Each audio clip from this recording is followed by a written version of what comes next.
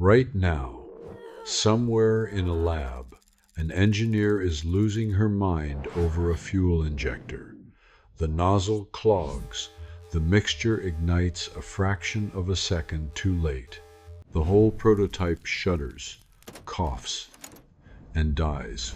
She's spent 14 months and roughly $2 million trying to make a tiny controlled explosion happen exactly where and when she wants it to.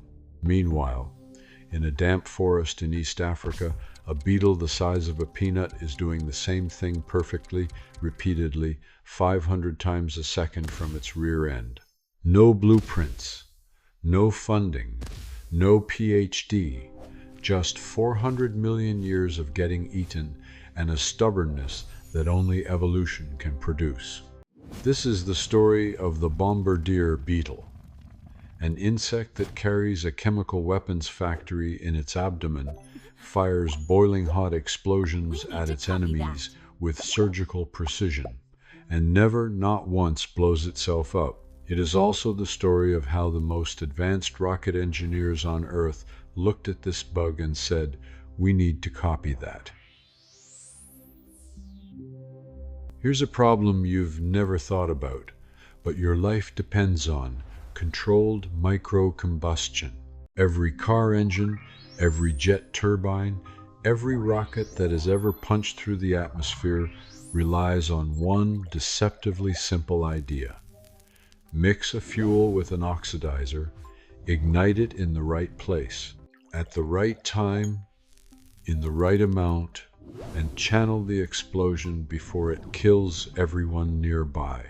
Simple in theory. In practice, it's a nightmare dressed in thermodynamics. Modern fuel injectors are marvels of precision machining, arrays of microscopic holes, electromagnetic valves that open and close thousands of times per second, pressurized chambers that would make a submarine jealous. And they still fail. They clog. They misfire. They produce incomplete combustion that chokes cities with smog and poisons lungs with particulate matter. Every year, the automotive and aerospace industries spend billions trying to make the burn cleaner, smaller, and more precise. And then there's the bleeding edge, micro-thrusters for satellites. Spacecraft the size of a shoebox that need to adjust their orbit with bursts of force so tiny and so exact that a single misfire means tumbling uselessly through space forever. We've been chasing the perfect small explosion for over a century. We've thrown supercomputers and wind tunnels and particle accelerators at the problem, and we are still not very good at it. But a beetle is. Meet Brachinus crepitans, the Bombardier beetle. About 2 centimeters of shiny black armor, 6 legs, and an absolute psychopath. To look at it, you'd think it was just another ground beetle doing ground beetle things, crawling under rocks, eating smaller bugs, living a quiet, damp, unremarkable life. But inside that armored abdomen is one of the most sophisticated chemical delivery systems biology has ever produced. Here's how the murder factory works. The beetle's abdomen contains 2 separate storage reservoirs. Think of them as fuel tanks in a rocket, kept carefully apart. One tank holds hydroquinone, a relatively mild organic compound. The other holds concentrated hydrogen peroxide, the same stuff that bleaches hair, except at weapon-grade concentrations. Separately, these chemicals are stable, boring even. They sit in their little biological flasks, like 2 polite strangers on a train. But the beetle has a third chamber, the reaction vestibule. This is where politeness ends. When a predator attacks a frog's tongue, an ant's mandible, a curious bird's beak, the beetle squeezes both chemicals through one-way muscular valves into the reaction chamber. Waiting inside are catalytic enzymes, peroxidase and catalase. These enzymes are biological detonators. The instant the 2 chemicals meet the catalysts, an exothermic reaction erupts. The hydrogen peroxide decomposes violently into oxygen and water. The hydroquinone oxidizes into benzoquinone, a searing, caustic irritant. The temperature inside the chamber spikes to 100 degrees Celsius. The pressure skyrockets, and the Beetle opens a precision-aimed turret nozzle at the tip of its abdomen and fires. What comes out is a superheated, pulsed spray of boiling, caustic liquid, not a continuous stream, but a rapid-fire burst of roughly 500 microdetonations per second. The spray can be aimed with terrifying accuracy. The Beetle can rotate its nozzle to hit a target on its own back, on either flank, or directly behind it. Some species can even arc the spray over their own bodies to hit an attacker in the face. And here's the part that makes engineers weep with jealousy. The Beetle never damages itself. The reaction chamber is lined with cells that are replaced faster than the acid can corrode them. The one-way valves prevent the reaction from creeping back into the fuel tanks.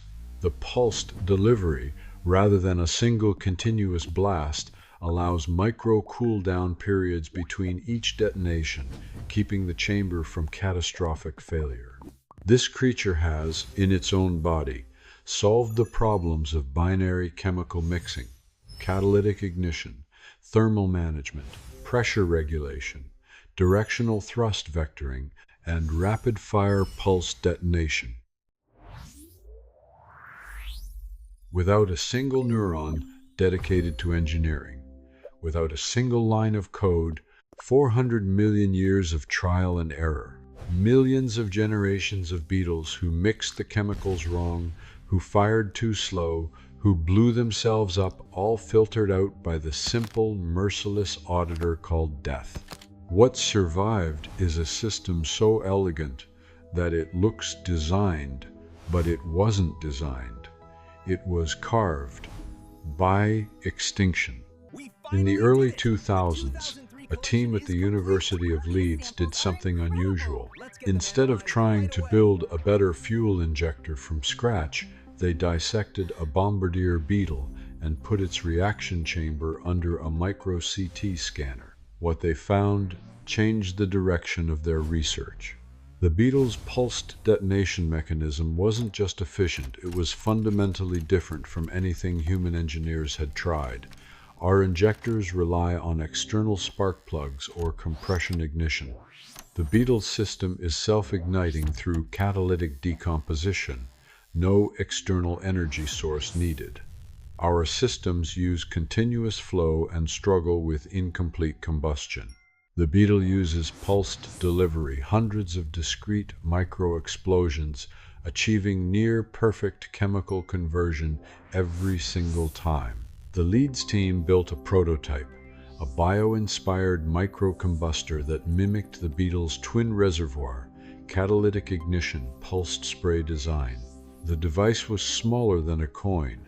It produced controlled microbursts of hot gas with remarkable efficiency and almost zero residue. The European Space Agency took notice. If you can create reliable, precisely aimed microbursts of thrust without complex mechanical valves or electric ignition systems, you've just solved one of the hardest problems in microsatellite propulsion. A Beetle-inspired thruster could be lighter, cheaper, simpler, and more reliable than anything currently bolted onto a CubeSat. But space wasn't the only arena.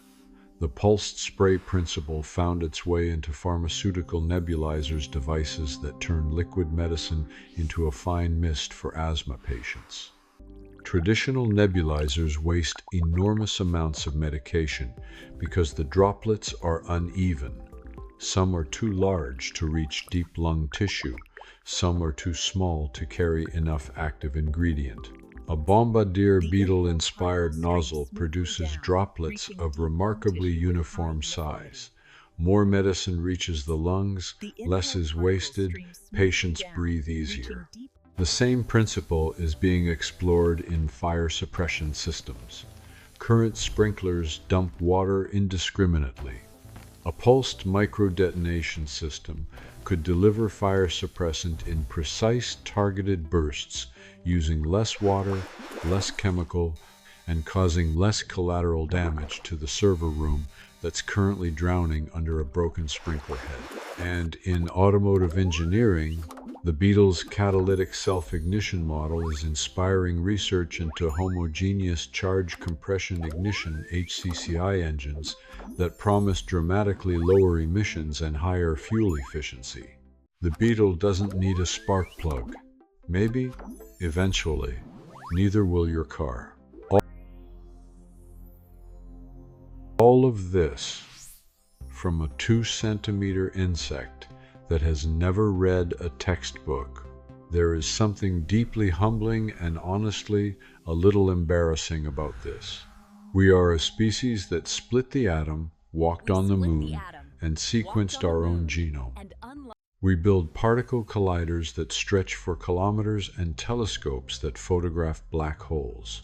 We are, by any reasonable measure, the most technologically advanced species this planet has ever produced. And we cannot build a fuel injector as good as a beetle's butt. But maybe that's not a failure. Maybe it's a compass. For 3.8 billion years, life on this planet has been running the largest, most ruthless research and development program in the known universe. Every organism alive today is a survivor, a solution to a problem so hard that everything that got it wrong is dead. The library of answers is staggering, and we've barely opened the first page. We tend to think of nature as something to conquer, resources to extract, ecosystems to manage, wilderness to tame. But nature is not our opponent. It's the universe's longest-running engineering firm, and it's been publishing open-source solutions since before oxygen was cool. The Bombardier Beetle didn't set out to teach us anything. It was just trying not to get eaten. But in its desperate, unconscious fight for survival, its solved problems we're still throwing billions of dollars at. Maybe the smartest thing our species can do, after all our ambition, all our brilliance, all our cosmic arrogance, is get a little quieter, pick up a magnifying glass, and pay very close attention to the things we've been stepping on. If this video made you look at the world a little differently, consider subscribing. We find the universe's most absurd engineering secrets hiding in the bodies of creatures you'd never look at twice and bring them to you, one organism at a time. Hit the bell. The next bug might save your life.